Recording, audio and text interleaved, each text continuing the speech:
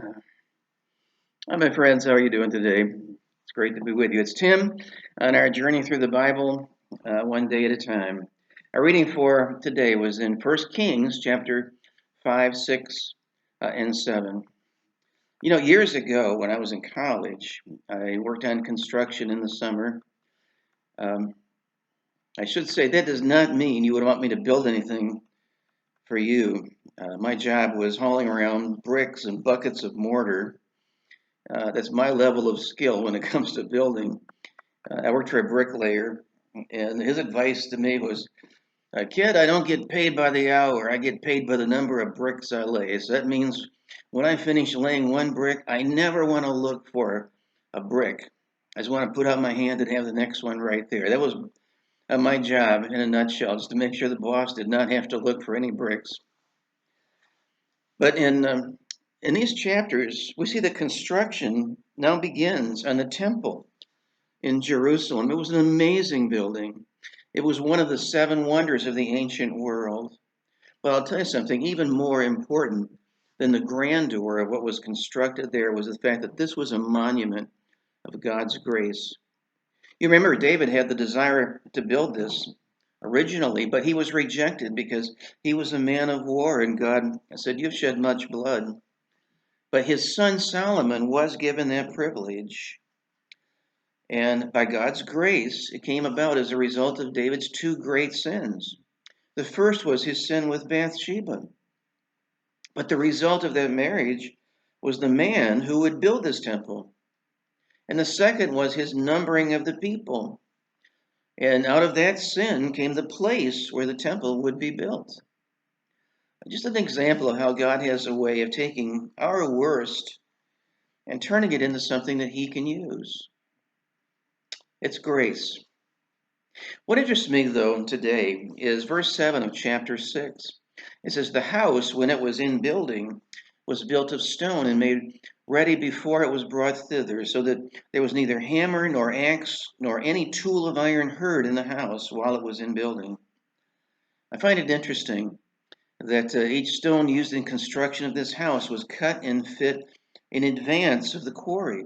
And the reason given is the noise. Of course, there's always noise in construction.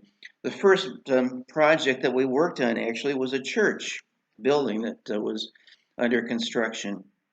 And there was a lot of noise and activity and yelling going on, and a lot of, I would say, non Christian language that was being used. And of course, after the building was finished, it was dedicated to God, and it became God's house at that point. But Solomon said he didn't even want hammers or iron tools to be used on the actual construction site.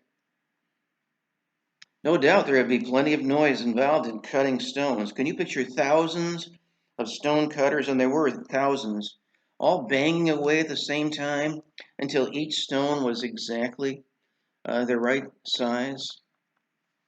Now, that didn't apply to Solomon's own house. Cutters could bang away in the king's palace all they wanted. But for God's house, Solomon said that would not be appropriate. Now, why is that? Here's how one commentator saw it. And I'm quoting from him. He said, "I like to see this as a picture of how ministry ought to be done. When you come to do ministry, you ought to have the stones prepared ahead of time. If you teach a Bible study, you shouldn't be making it up as you are standing in front of the people.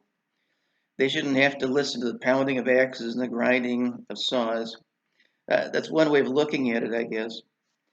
I would say that keeping the noise to a minimum was maybe a way to emphasize the sacredness of that particular place and that particular temple. You see, the noise that we make in our daily activities diminishes and distracts from the sense of awe that maybe we should feel in God's presence.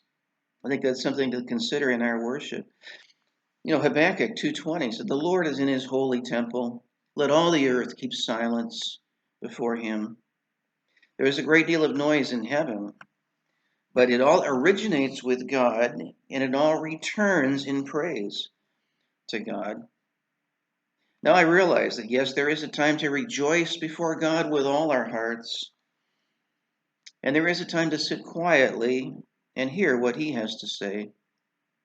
Like David, long before the temple was built, when he said in Psalm 27:4, "One thing have I desired from the Lord, that will I seek after, that I may dwell in the house of the Lord all the days of my life, to behold the beauty of the Lord and to inquire in his temple."